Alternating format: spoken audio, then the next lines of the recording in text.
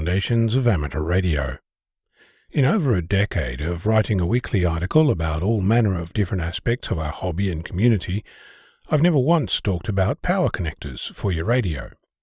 It's so universal as to be invisible and rarely discussed, so much so that something you do out of habit makes another stop dead in their tracks and ask themselves why they never thought of it. Despite how you might feel at the time, there's no such thing as a stupid question.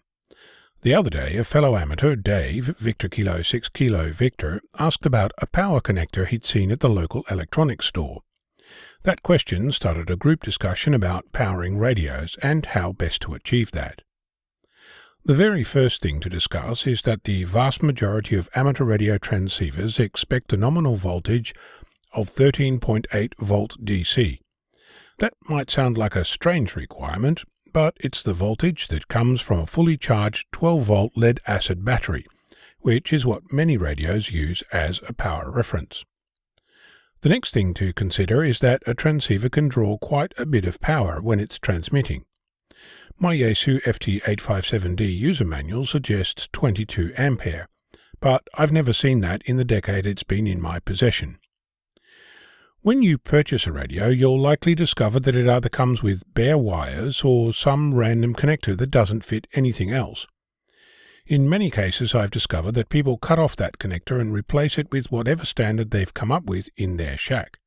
But when they take their kit out on a field day or acquire a new radio, the problem starts all over again. Let me suggest a different approach. The Anderson Power Company, founded in 1877 by brothers Albert and Johann Anderson in Boston, Massachusetts, make a range of connectors called the Anderson Power Pole, and they come in a variety of ratings, sizes, shapes and colors. First introduced as a standard by the ARRL Emergency Communications course in December of 2000, after previously being adopted by amateur operators in California, the Anderson Power Pole PP1545 series was selected. The coordinator for Hawaii State Civil Defense RACES, or Radio Amateur Civil Emergency Service, Ron, then Alpha Hotel 6 Romeo Hotel, now Kilo Hotel 6 Delta, has a detailed description on his QSL page on how this came about. As a result, the stackable, asymmetric, genderless plugs are in wide use within the amateur community. The plugs are designed to be joined together using various orientations, creating a unique connector to suit your purpose. The Amateur Radio Emergency Service, or ARES standard, is one such orientation, and before you adopt the Anderson Power Pole in your shack, make sure you use their orientation to avoid magic smoke from escaping your equipment. Picking a connector is just step one. When you acquire a new piece of 12-volt equipment, you can cut off the connector and replace it with the ARES Anderson Power Pole connector orientation.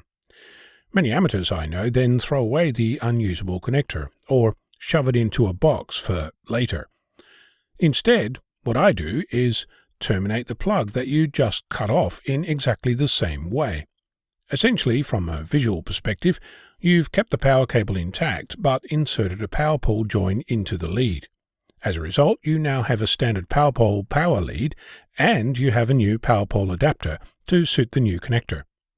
For that reason alone, I tend to bring a box of spare red and black power pole connectors to any field day, and use the opportunity to spread the love around. As I said, the individual plugs come in a variety of colors. I have a selection of 11 in my shack, where for me a different color means a different voltage or purpose. For example, I've adopted green as the color for antenna radials. One challenge I had not been able to resolve until suggested by Ben VK6 November Charlie Bravo was how to avoid plugging a 12-volt power supply into something that expects, say, 7.5 volts. Color alone isn't sufficiently idiot-proof, especially in the dark.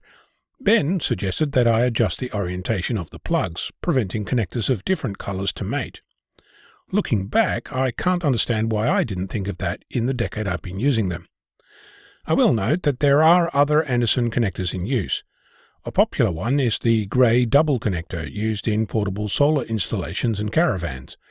I'd recommend that you consider if you really want to plug your radio directly into a solar panel or not, and choose your connectors accordingly. Before you ask, to my knowledge, the Anderson Power Company doesn't know I exist, nor did I get compensated in any way to say Anderson Power Pole. It's the ARRL Emergency Services Standard, and I'm happy to advocate for its use everywhere I go. So, whether you're using bare wires, banana plugs, Molex connectors, or some other random barrel connectors, consider cutting the lead and inserting Anderson Power Pole connectors. When was the last time you had to do the 12-volt connector dance? I'm Ono, Victor Kilo 6, Foxtrot Lima, Alpha Bravo.